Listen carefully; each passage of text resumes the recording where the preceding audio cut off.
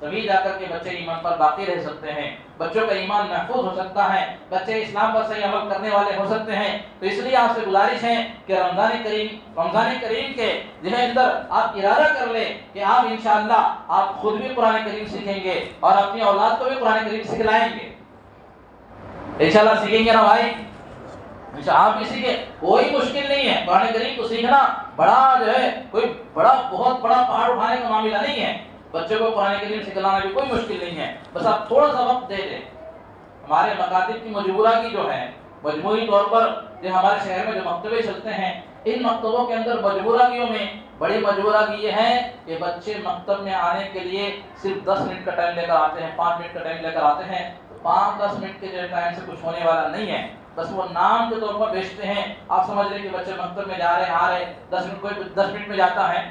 بہت سارے جگہوں کا حال یہ ہے کہ مکتب پڑھانے والے بندے 2 گھنٹے ٹائم دیتے ہیں، پڑھانے والا استاد 2 گھنٹے ٹائم دے رہا، مگر بچہ صرف 10 منٹ کا ٹائم لے کر آتا ہے، اور 10 منٹ میں آ کر کہتا حضرت جو ہے مجھے 7:30 کو اسکول جانا، 7:20 کو آ رہا ہے، تو کہتا ہے کہ 7:30 کو اسکول کی بس آتی ہے، جلدی سبق سن لیجیے، اور اسے استاد الف با تا سا پڑھاتے بچہ بھاگ وہ الف با تا سا پڑھ کے چلا جاتا ہے۔ تو ان دونوں میں قرآن کو سیکھ لیتا ہے، لیکن اسلام کی جو ہے جو اور بھی چیزیں ہیں، اسلام کی جو اور بھی چیزیں اس بچپن میں جو بچے سیکھنے چاہیے، وہ سیکھنے کا ٹائم ہم نہیں دے رہے۔ تو آپ سے گزارش ہے کہ مکتب میں صرف 10 منٹ دے کر نہ بھیجیں۔ آپ دیکھیے دوسرے شہروں میں، مہاراشٹر میں وغیرہ میں اور دوسرے علاقوں کے اندر مکتب کا جو نظام ہے مکمل 2 گھنٹے دیتے ہیں، مکمل 2 گھنٹے۔ ہمارے یہاں یہ ہے دنیاوی تعلیم کے لیے مکمل 12 گھنٹے 15 گھنٹے ہم اسکول میں 10 گھنٹے دیتے ہیں۔ اس کے علاوہ صبح میں ٹیوشن، پھر شام میں ٹیوشن کے لیے پیسے بھی بنتے ہیں، وقت بھی دیتے ہیں، 2 گھنٹے 3 گھنٹے فارغ کرتے ہیں، لیکن مسجد کے لیے صرف 10 منٹ 15 منٹ۔ بھائی یہ جو ہے نا آپ سوتیلا جو ہے رویہ کر رہے ہیں دنیاوی تعلیم کے ساتھ۔ تو بھرپور تعاون، اسکول میں پورا ٹائم دے رہے، پھر ٹیوشن کے لیے پورا ٹائم دے رہے، اسکول میں فیس بھی بھرتے ہیں، ٹیوشن میں فیس بھی بھر رہے ہیں، لیکن بچوں کو یہاں مکتب کے لیے صرف 10 منٹ 5 منٹ دے کر بھیجتے ہیں اور کہتے ہیں کہ ہمارا بچہ سیکھتے ہیں۔ 5-10 منٹ میں کچھ ہونے والا نہیں ہے، رسمی پڑھائی نہ پڑھائیں، آپ مکمل ٹائم دے کر کے بھیجیں، آپ جو پورا وقت دے کر کے بھیجیں، اور یہاں بچے پورا وقت دیں گے تو استاد جو ہے صحیح پڑھا سکے گا۔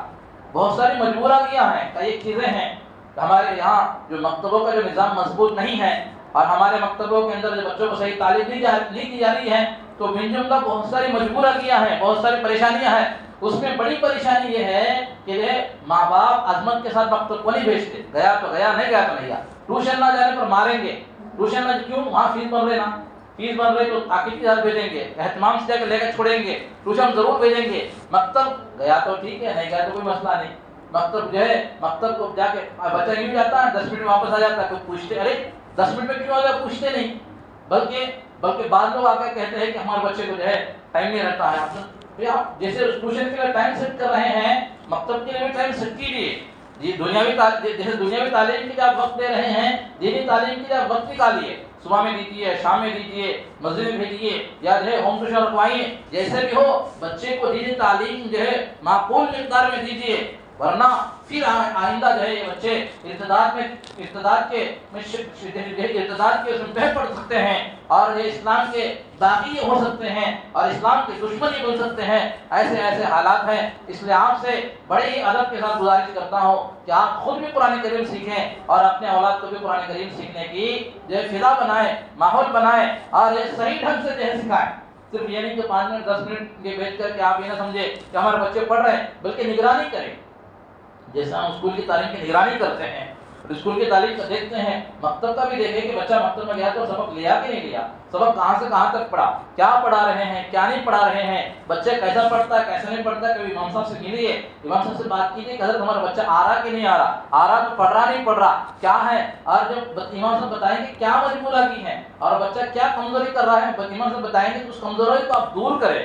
بچہ وقت نہیں دے رہا ہے، یا بچہ یاد نہیں کر رہا ہے، یا بچہ شرارت کر رہا ہے، کیا کر رہا، آپ ملیں گے تو امام صاحب بتائیں گے کیا جو ہے کر رہا ہے، آپ اس کو سدھاریں، اور سدھار کر کے بچے کو صحیح ٹائم دے کر کے بھیجیں، تو جو ہے پھر جو بچہ دین سیکھ سکتا ہے۔ نبی علیہ السلام نے فرمایا کہ اپنے ماں باپ کا اپنی اولاد کے لیے بہترین تحفہ یہ ہے کہ اس کو دین کا علم سکھلائے، جیسے ہم دنیا کے اندر یہ خواہش کرتے ہیں کہ ہم اپنے اولاد کے لیے گھر چھوڑ کر جائیں، اپنے اولاد کے لیے جنگلات چھوڑ کر جائیں، اپنے اولاد کے لیے ان کی دنیا بنا کر جائیں، انہیں اچھی جگہ دلوا کر کے جائیں، یہ ہم خواہشیں کر رہے ہیں، وہ کرنا بھی چاہیے، لیکن نبی علیہ السلام نے فرمایا کہ ان سب سے بڑھ کر بہترین تحفہ جو ماں باپ کے بچوں کو دیتے ہیں وہ یہ ہے کہ انہیں دین علم سکھائیں، انہیں دین طریقہ اور دین سکھلائیں، یہ سب سے انمول تحفہ ہے، سب سے بڑا تحفہ ہے، تو ہم اپنی اولاد کو وہ تحفہ دیں، انہیں دین علم سکھائیں اور انہیں دینی طریقہ سکھلائیں۔ اللہ تعالیٰ سے دعا ہے اللہ تبارک و تعالیٰ ہم تمام کو ان تمام باتوں کو صحیح سمجھنے کی توفیق عطا فرمائے، اور اللہ تبارک و تعالیٰ ہمیں اس رمضان کریم کے اندر قرآن کریم سے محبت کرنے کی توفیق عطا فرمائے، اور قرآن کریم کو اہتمام سے پڑھنے کی توفیق عطا فرمائے، اور جن بندوں کو قرآن کریم نہیں آتا وہ قرآن کریم کو پڑھنے والے بن جائے، ایسا جذبہ اور ایسا شوق ہمارے اندر پیدا فرمائے، اور ہمارے بچوں کو بھی قرآن کریم کو پڑھانے کا، دین علم پڑھانے کا اللہ تعالیٰ ہمیں توفیق عطا فرمائے۔ وآخر دعوانا الحمدللہ رب العالمین۔ توفیقی الا باللہ علیہ توکلت و الیہ انیب۔